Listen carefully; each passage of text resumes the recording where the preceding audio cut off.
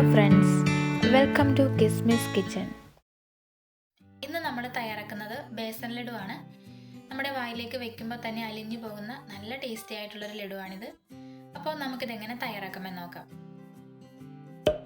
ലഡു തയ്യാറാക്കാനായിട്ട് ഞാനിവിടെ 1 കപ്പ് കടലമാവ് എടുത്തിട്ടുണ്ട്. ഒട്ടും തരിയില്ലാത്ത കടലമാവ് തന്നെ എടുക്കണം. പിന്നെ വേണ്ടത് കുറച്ച് കാഷ്യൂനട്ടാണ്. ഞാനിവിടെ 10 എണ്ണം എടുത്തിട്ടുണ്ട്.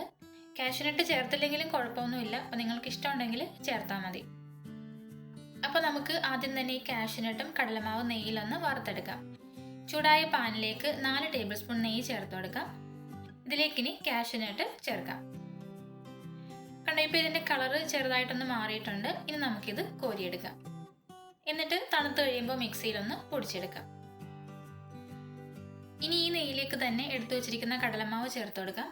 എന്നിട്ട് ഇതിൻ്റെ പച്ചമണമൊക്കെ മാറുന്നവരെ ഒന്ന് റോസ്റ്റ് ചെയ്തെടുക്കാം. ആദ്യം തന്നെ ഈ നെയ്യും കടലമാവും ഒക്കെ നല്ലപോലെ ഒന്ന് യോജിപ്പിച്ചെടുക്കണം. ഒട്ടും കട്ടയില്ലാതെ നല്ലപോലെ തന്നെ ഇതുപോലെ ഒന്ന് ഉടച്ചെടുക്കണം. തീ ഒരു മീഡിയത്തിനും ലോ ഫ്ലെയിമിനും ഇടയിലായിട്ട് വെച്ചാൽ മതി. എന്നിട്ട് ഇനി ഒരു 15 മിനിറ്റ് സമയത്തേക്ക് ഇതൊന്ന് വറുത്തെടുക്കാം. ഇനി ഇതിലേക്ക് 1 ടേബിൾ സ്പൂൺ നെയ്യും കൂടി ചേർത്ത് കൊടുക്കാം. അപ്പോൾ നമ്മൾ ഇതിലേക്ക് ആകെ 5 ടേബിൾ സ്പൂൺ നെയ്യാണ് ചേർത്തിട്ടുള്ളത്. എന്നിട്ട് വീണ്ടും ഒരു 10 മിനിറ്റ് കൂടി നെയ്യിലൊന്ന് വറുത്തെടുക്കാം.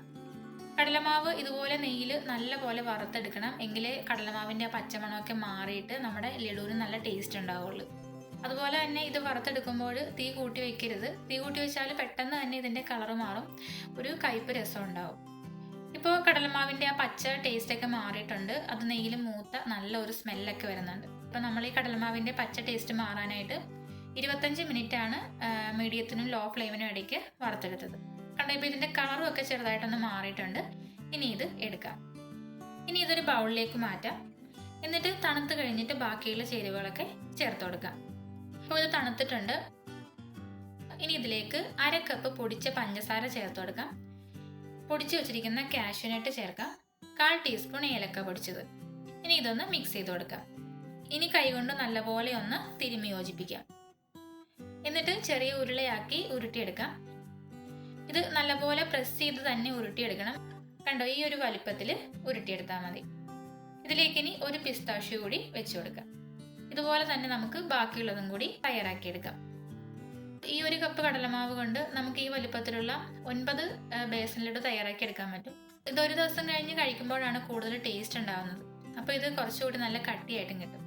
പിന്നെ ഇത് തയ്യാറാക്കിയിട്ട് ചൂടുള്ള സ്ഥലത്ത് വയ്ക്കരുത്. ചൂടടിച്ചാൽ പെട്ടെന്ന് തന്നെ ഇത് അലിഞ്ഞു പോകും. അപ്പോൾ എല്ലാവരും ഇതുപോലെ ഒന്ന് ലഡു തയ്യാറാക്കി നോക്കുക.